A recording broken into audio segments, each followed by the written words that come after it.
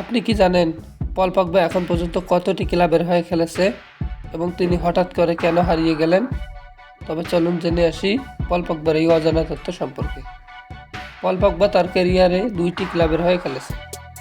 এক Manchester United 2011 সাল থেকে 2012 সাল পর্যন্ত মাত্র এক মৌসুম খেলেছেন এই ক্লাবে। দ্বিতীয় ইভেন্টাস 2012 থেকে 2016 সাল পর্যন্ত প্রথম মেয়াদে খেলেন এই ক্লাবে। আবার ম্যানচেস্টার ইউনাইটেডের হয়ে যোগদান করেন 2016 সাল থেকে 2022 সাল পর্যন্ত খেলেন এই ক্লাবে।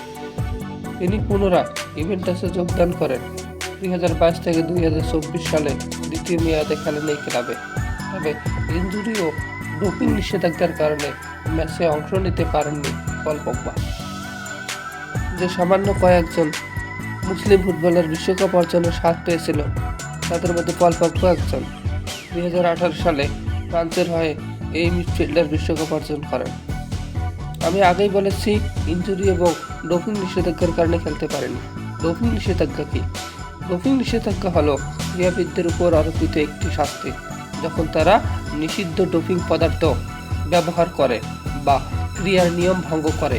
এই নিয়মাজ্ঞার কারণে অ্যাথলেটিক বা খেলোয়াড় একটি নির্দিষ্ট সময়ে সকল প্রকার প্রতিযোগিতা থেকে বাদ পড়েন।